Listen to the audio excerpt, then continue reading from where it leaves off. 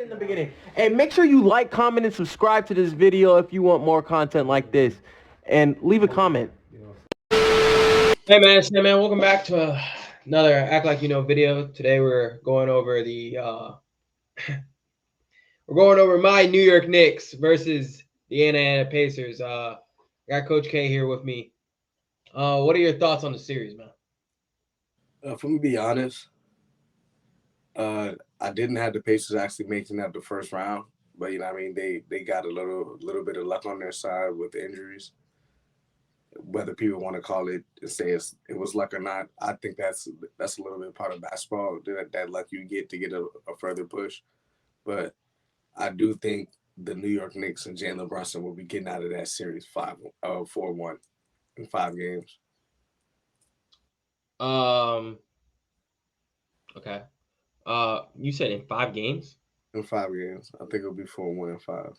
So, like, what are your X factors for the series then? Or But who are your X factors for I, each team? I honestly don't think the Pacers have anybody that can guard Jalen Brunson, not one bit.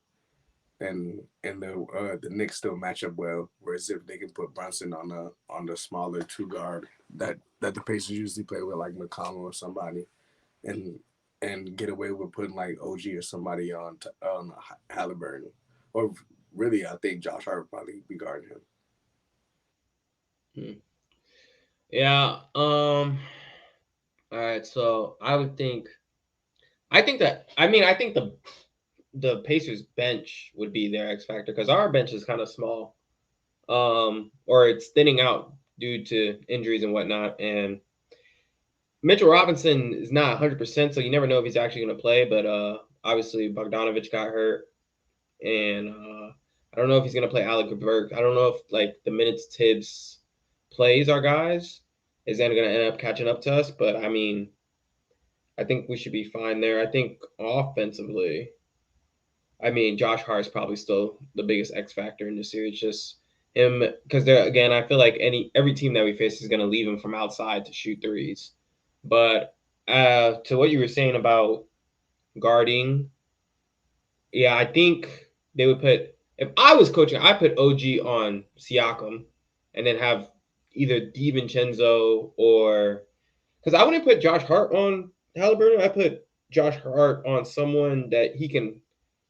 Well, the Pacers all can shoot, but I put him on like Neesmith so he can go off, so he can go and rebound and help out with rebounding, but and just put his effect on the game the other ways that Josh Hart does. But I would say I put DiVincenzo on Halliburton to start off, or McBride whenever he comes in.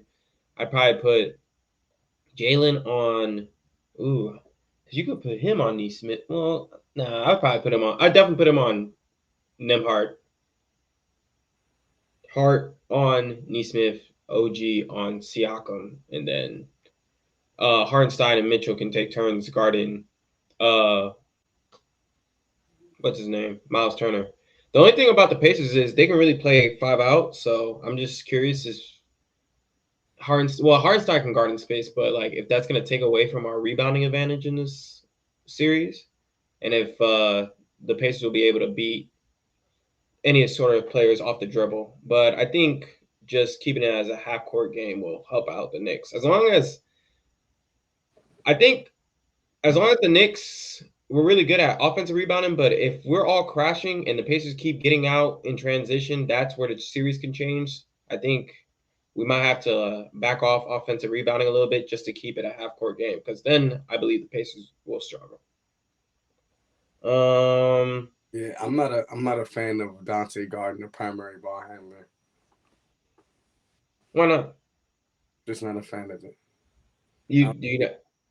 I don't think it's a recipe for success. I think my thing with this is like Halliburton is not, well, he guarded Maxey the entire game 6 for 48 minutes. He did a good job. All right, let's say Maxey had the worst game that he played that series. I also think they made a nice adjustment having people slide over and making Maxey make an extra decision when he drove, which he didn't do as well as a job in that game. Who do you think has the coaching advantage? I'm gonna be honest. I'm still not completely sold with Tibbs, so I'm gonna go with the Pacers. I do like what they do with their rotation and understanding that they don't exactly have guys that they have to lean too much on. So they're able to spread the minutes a little bit and get it. And then the way they've been able to get Pascal Siakam to play efficient, to me, that's probably the that's probably the biggest X factor in the series, because if Siakam can get off versus y'all, then it'll be a long series. Yeah, I mean, I think that well, obviously I'm gonna pick my coach, but first of all, because And you, Miles Turner's also been playing out of his mind, but I just don't think Miles Turner have the same type of series he had last series against New York Knicks.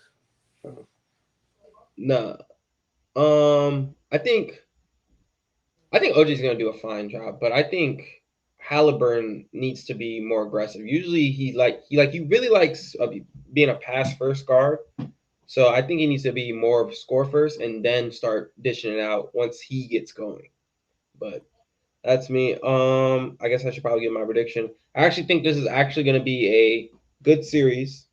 I don't think we're just going to mop the floor with them. I do think the Knicks will win in six, but it's going to be some close games because the Knicks, just being a Knicks fan, we always play close games. So I'm excited to see it. I think ultimately our physicality and being able to play in the half court will win the series. Also, they don't have anyone to guard Jalen Brunson. If Aaron Neesmith is on Jalen Brunson, it's going to be a long day because he's a hack and he's definitely going to foul out guarding Jalen Brunson.